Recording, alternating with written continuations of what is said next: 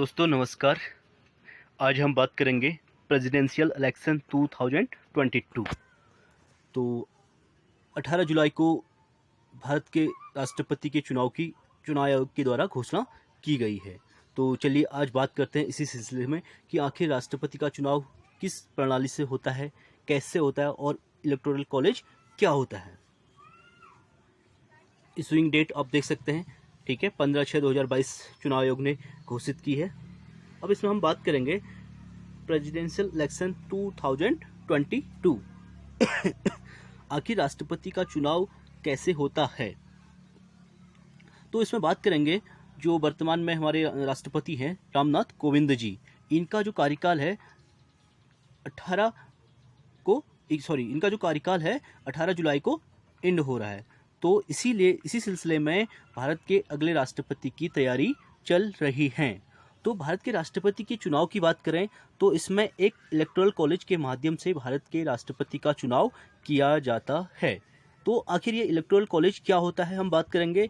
Electoral college में elected member of Lok Sabha, elected member of Rajya Sabha और elected member of Delhi and Pondicherry of the legislative assembly, यानी दिल्ली और पांडिचेरी विधानसभा के निर्वाचित सदस्य, ये सभी इसमें भाग लेते हैं और इन्हीं लोगों से मिलकर इलेक्टोरल कॉलेज का निर्माण होता है। तो इसमें बात करेंगे शेड्यूल, ये देखिए इसका शेड्यूल आप देख सकते हैं। प्रेसिडेंशियल इलेक्शन 2022 फुल शेड्यूल की बात करेंगे तो how a president is elected, आखिर ये प्रेसिडेंट कैसे चुना जाता है और कौन से आर्टिकल में इसका उल्लेख किया गया है। तो आर्टिकल की बात करेंगे, भारत के राष्ट्रपति की निर्वाचन प्रणाली का जो संबंध है आर्टिकल 58 से संबंधित है। तो राष्ट्रपति का निर्वाचन जनता प्रत्यक्ष रूप से नहीं करती है। तो राष्ट्रपति का निर्वाचन एक निर्वाचक मंडल द्वारा होता है जिसे अप्रत्यक्ष प्रणाली के नाम से जाना जाता है। तो इसमें भाग कौन कौन से लेंगे? संसद के दोनों सदनों के निर्वाचित सदस्य, राज्यसभा के निर्वाचित सदस्य, केंद्र शासित प्रदेश दिल्ली और पांडिचेरी विधानसभा के निर्वाचित सदस्य। एक नोट करने वाली बात इसमें यह है कि राष्ट्रपति के चुनाव में नामांकित यानी नॉमिनेटेड सदस्य भाग नहीं लेते हैं। अब इसके लिए क्वालिफिकेशन क्या होना चाहिए, ठीक है। इसकी क्वालिफिकेशन की बात करें, वह भारत का नागरिक हो, पहला। दूसरा है 35 वर्ष की आयु पूर्ण कर चुका हो, ठीक है। Must be eligible to be member of Lok Sabha का मेंबर बनने की योग्यता रखता हो, ठीक है। ये इसकी क्वालिफिकेशन होगी। अगले बात करें तो important take away for the competitive exam. तो election commission formed in 25 January 1950, जो इलेक्शन कमीशन है, निर्वाचन आयोग है जो बनाया गया था, उसको 25 जनवरी 1950 को बना था, जो आज वर्तमान में प्रेसिडेंट के चुनाव कराने के लिए सक्षम है। तो वर्तमान में इसके चीफ इलेक्शन कमिश्नर जो है राजीव कुमार हैं। तो इसमें जो आखिर काउंट कैसे होते हैं वोटों की बात करें तो एक एमएलए का वोट बैंक निकालने के लिए हमें एमएलए और जो सांसद होते हैं वो भाग लेते हैं।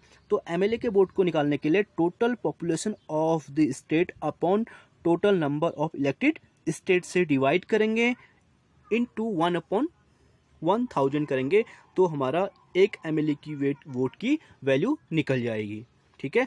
वहीं हम अगर सांसद एमपी की बात करेंगे तो सभी राज्यों के विधायकों के मतों का कुल मूल्य में संसद के निर्वाचित सदस्यों की कुल संख्या से डिवाइड करेंगे तो एक एमपी की वैल्यू निकल जाएगी, ठीक है।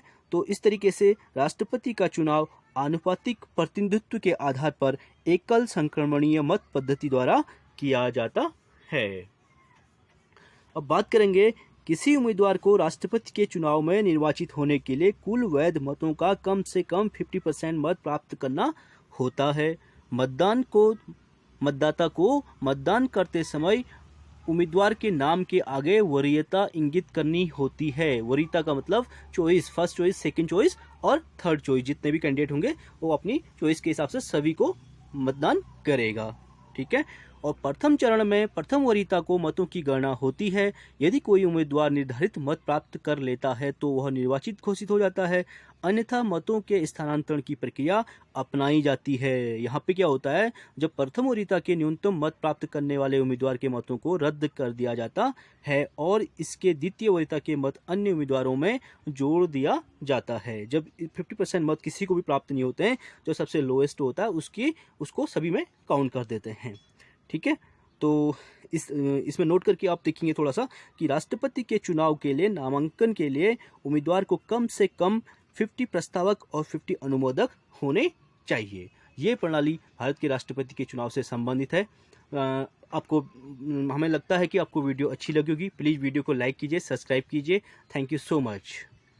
और वीडियो को आप 1-2 बार अच्छे से देखिए, बिल्कुल समझ में आएगा वीडियो कि आखिर राष्ट्रपति का चुनाव कैसे होता है। Thank you so much.